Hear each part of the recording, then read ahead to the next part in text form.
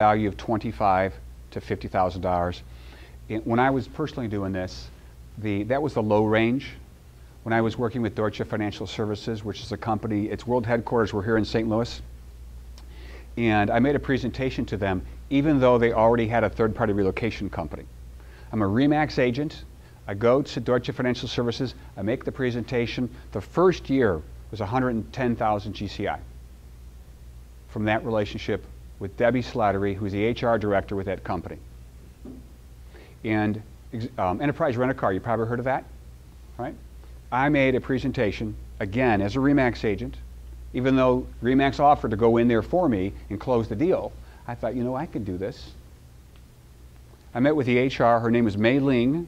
If you remember Mei Ling, if anybody did an enterprise business, for years, Mei Ling was the person who made the decision on all outbound business.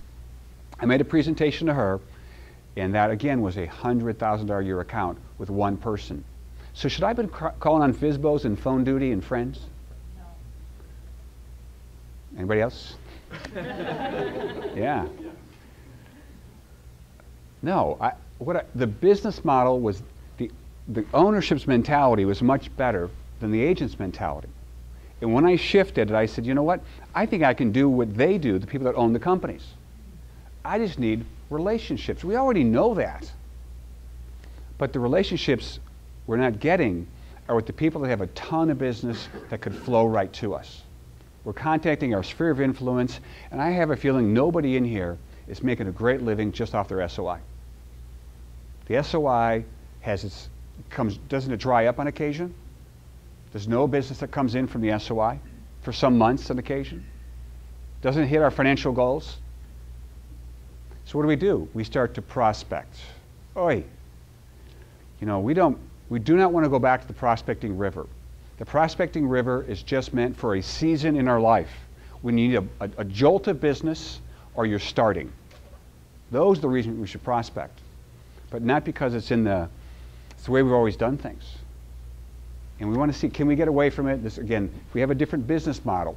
So anybody else, that's $25,000 to $30,000 a year from one source. So Karen, if you had that one source, one person in a particular field, and it's working, what should she do now? Prospect or go get another? Because you could actually have 4 people. There's an agent I'm working with. That's it. He's trying to find 4 people that will bring him $25,000 in commissions a year, period. He is an introvert, and he doesn't really want to prospect or do any of those things. You know, you're in the business of sales, and he wants to call upon nobody. But I said, can you get introduced? The goal here is also getting introduced. This is no cold calling. This is no mailing campaigns. Everything we're talking about is just getting introduced. And I can share with you how you get introduced to who. I didn't call on Mei Ling at Enterprise Rent-A-Car. I got introduced to Mei Ling. I didn't call upon Debbie Slattery at Deutsche Financial Services. I got introduced. The divorce attorneys, the estate liquidators, the estate planners, the trust attorneys, everybody I met, I was introduced to. I didn't go to a B&I meeting and say, I mean, B&I is great, right? But what we want to do is get introduced to the person of influence. And we are probably a day away from that, each of us. Once we identify, I'm not sure about a day, but a really short period of time before you, and I'm doing this across the country with agents and lenders right now, is helping them figure out who do you know right now that knows any of these people on the board here. Because you don't have to know an estate liquidator, but when you cast this vision of Starbucks to people and share with them what you're doing, talk about your specialty. Well, I'm a realtor, I'm a lender, that's my specialty. No, that's not how we're going to cast the vision. We're going to let people know what we're doing uniquely and how we're helping particular, estate liquidators. If you remember this years ago, if you looked in the MLS, I was in about 6 or 7 different companies. Agents would go, who are you with? Because I owned a brand called Downtown Living Realtors. I owned a brand called St. Louis Hills Realtors, Relocation Realtors, Kelsey Group Realtors, Relocation Realtors. There's a couple other ones in there. because I was president of all those companies. When I was calling up on lofts downtown St. Louis, if I had my business card called Kelsey Group Realtors and I'm downtown, wouldn't it be better to be called Downtown Living and be president of the company? It worked. When I was calling upon or networking with relocation companies, I didn't take my Kelsey Group or my Downtown Living. What I did take with me is my business card called President of Relocation Realtors. It made business easy. They already assumed that's what I did. When I was working with divorce attorneys, you know what the business card said? Specializing in families in transition. We try to use that business card that we have and the one website that we have as like one size fits all for our audience. And it doesn't. When we appear as specialists in a particular area, that's how business flows to us. When we appear generic, we're actually introducing obstacles and never knew that we did it. Right? So my goal here is, I'm going to turn to a lender, Steve, or actually go to Ernest for this. Okay? So Ernest is a member of the Bridge team. We have quite a few people here. Who's on the Bridge team that's here today? Okay. These folks are non-realtors who want relationship with realtors. And you are part of their extended sales force. And we're going to unpack that in a little bit here, why these people invited you here today. I think everybody here was invited by a Bridge member. And the benefit to them is the better that you do, the better they can do. They're here to help equip you all, the Bridge members. And I lost my train of thought. Where? We were going to Ernest. What? Where was I? You're going to ask Ernest a question. Oh, thank you. I was going to ask Ernest a question. Okay, so Ernest, as a lender, if you have 5 of any of these people sending you business, a divorce attorney, estate liquidators, if you have 5 people, what's the value to you if they're all sending you just 5 transactions a year? I believe this number could be 10 easily, but we're going to be conservative and say it's 5. I'd say anywhere between about 15, possibly 30 on the high end. 15 to 30,000. Okay, so let's just go 20 because it's easy to do the math. So 20 people sending you business. Sorry, 5 people sending you business that equal 20 grand a piece. How close is he to that $100,000? He just has to be introduced. To whom? Somebody on that list. And it's not our SOI. It's not the buying owners. It's not phone duty. But maybe it's internet leads. Is that the way to go? Let that be on the record. There was a collective laugh. All right. Yeah. Next, these are some examples. If you said, well, Brian, how do I make a presentation to, let's say, an estate liquidator? Or this is the package we have for the divorce specialist. So imagine I own divorcerealty.com, I own realtydivorce.com, those websites, right? And, excuse me. So my goal is to educate the public about picking a realtor who understands the process involved in divorce.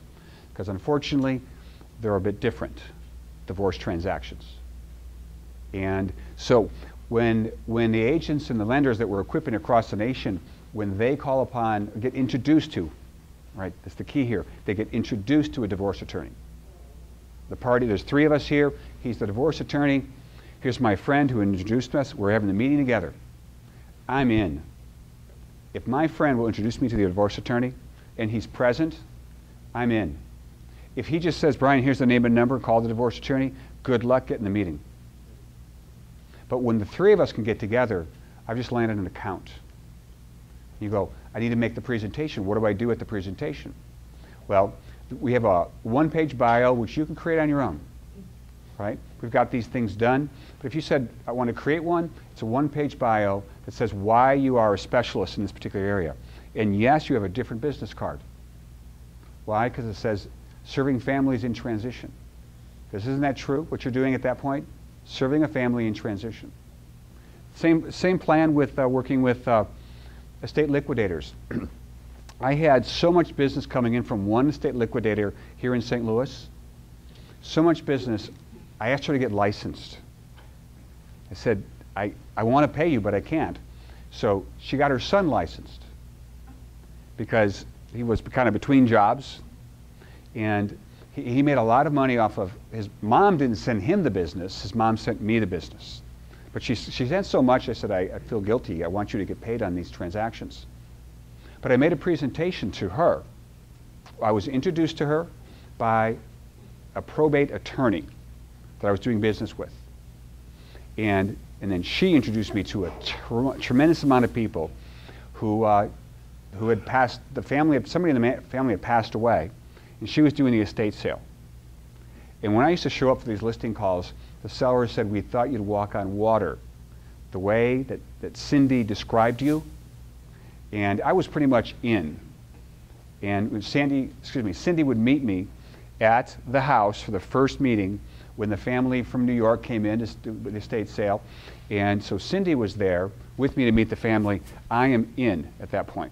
With a divorce, the key to this whole thing was be introduced. And then secondly, look the part by not having a generic business card that says, I can help anybody.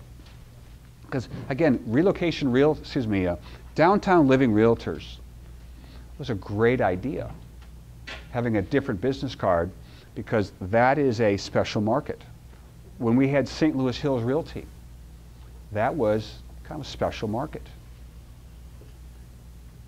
So, and I had at least 7 identities. But it's who I was in front of. But for me, the GCI we were trying to back into was $100,000 every 30 days, which means I needed what? More time? No more time. I didn't want to put more time in the business. What I needed was more relationships that had huge amounts of business to send in. Right? Is everybody with me on this? Yeah. Okay. It's doable. Are we doable, or this is not doable? All right. Amen. And then here's Serena. She lives in Denver, and she's doing this program, and hers is specifically working with senior citizens. And so she has found lead sources in retirement homes, because retirement homes want the senior to do what? Sell the house. When? Now. So they're what I call a beneficial advisor. They benefit by you doing this. So if you think about people that are out there, lenders are beneficial advisors. If they have a personal friend that they're giving you, they want that person to buy so they can do what? Do the loan. Builders are beneficial advisors. Why? Because the builders need the people to sell. I didn't want to list subdivisions. I wanted all the business the builders had in there where people had houses to sell. And that's really the program that Tom has been doing. And that is finding the builder that has lots of properties to sell, but the buyers have to sell their property first, and it turned into be 50% of his income. So there's all these people out there that we probably already know, but we are not being introduced to, right? So Serena, first time she made this presentation, she was able to get business when she made it to a marketing director at a senior citizen's home. We have, again, attorneys. We're going to take a break shortly here, so you know. I'm already running over. Actually, let me finish this, and then we'll finish this, then take a break. So as far as what we're trying to do here is simply get you introduced by whom your sphere of influence. The way it works is you're just going to go to Starbucks, Redco. You're going to have a presentation in front of a friend and say, do you know anybody that works in this particular field? This is my specialist, my specialty. And at Starbucks, if you meet with 10 people, somebody's going to know the position you're looking for. Let's say a divorce attorney, a trust attorney, an estate liquidator. They're going to know of who it is, and then you're going to ask a favor. You're going to ask them, can you introduce me? Yeah, I'll give you their name and number. No, we don't want their name and number. Will you go with me? Again, once that person goes with and you make this presentation, it's yours to really screw up at that point. And it's yours to mess up. The last story before we go to break, there's an agent in St. Louis that I'm working with in the program, and who's a really shy one, introverted. And so he's at this meeting. His friend introduces the attorney, and the three of them are sitting there. It went so well, the attorney said to him, the realtor, can we get together for a meeting? And because we had practiced this, how do you get the follow-up one-on-one back in her office, right? How are you going to do that? And the beautiful thing is, she asked him first, can we have a meeting? And then I equipped him for that face-to-face meeting of how to get the flow of business coming in. Again, at that point, it's really yours to lose. But we need those friends to introduce us. Because that is not prospecting, is it? It's not marketing. It's networking at its best. All right, so let's go ahead and take about a 10-minute break, not 12, 10-minute break, and we'll see you back shortly. Thank you.